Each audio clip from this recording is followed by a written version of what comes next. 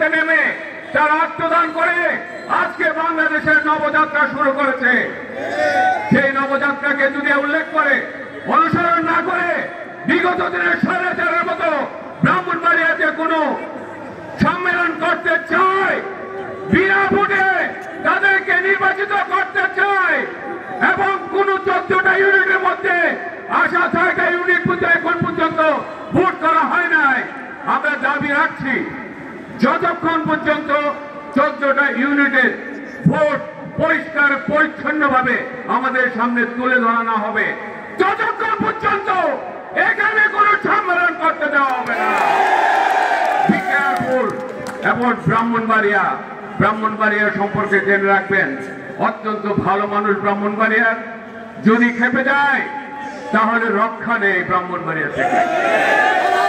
মাননীয় নির্বাচন কমিশনার, আপনাকে সম্মান দিয়ে বলছি, আপনি ব্রাহ্মণবাড়িয়াতে আসুন, ব্রাহ্মণবাড়িয়া দেখুন, ব্রাহ্মণবাড়িয়ার মানুষের কথা শুনুন, ন্যায় বিচার যেটা সেটাই সঠিকভাবে আপনি পালন করুন। একটি জায়গায় যদি মিস করেন তাহলে কিন্তু আমরা আপনাকে মানব না।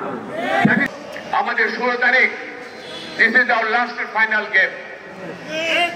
আমাদের ফাইনাল গেম হবে 16 তারিখ। আগামী 16 তারিখ এই মঞ্চে আমার বিশাল জনসভার মধ্যে আমরা প্রমাণ করে দেব আমরাই আসল, তোরা নকল। তোরা করে যা, আমরা আমাদের দেশে থাকবো। আপনাদের মতো কথায় কথায় পুলিশের কাছে, এসপির কাছে, ডিসির কাছে আমরা যাই না। আমাদের এসপি ডিসি সব বলে মঞ্চে, এই মঞ্চে থেকে যে কথা বলবো এই কথাগুলো প্রশাসন শুনতে বাধ্য। অনেক মামলা খেলেছেন, অনেক জেল খেলেছেন, আমরাও বারবার জেলে গিয়েছি। অনেকের মা বাবা জেলে থাকা অবস্থায় মারা গেছেন।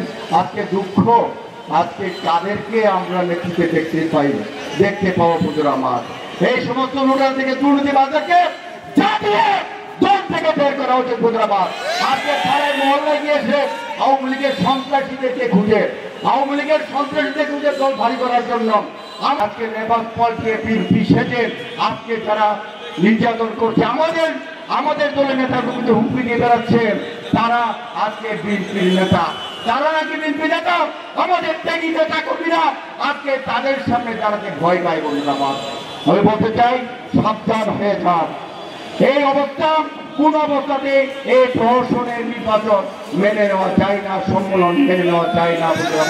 আমরা তারেক রহমান সাহেবের কাছে বিনীত অনুরোধ করব, আপনি একটা যাচাই বাছাই করেন, আমাদের প্রস্তুত নিয়ে একটা পরিচ্ছন্ন ভোটার তালিকা প্রকাশ করব এবং আমরা আগামী 2 দিনের মধ্যে, আজকে কত 12, 13, 14, 15, এই 15 তারিখের মধ্যে যদি একটা সমাধান না হয়, আমরা কিন্তু 16 তারিখ আবার আমরা মনে করি যে একটা সমাবেশ যাচ্ছে পুরা জেলা নিয়ে 14টা ইউনিট নিয়ে আমরা আবার সমাবেশ যাচ্ছি এবং 16 তারিখ আমরা এখানে আমরণ অনুসরণ করবো। এখানে আমরা আমরণ অনুসরণ করবো এবং প্রয়োজন আরো কঠোর আন্দোলন আমরা দেবো।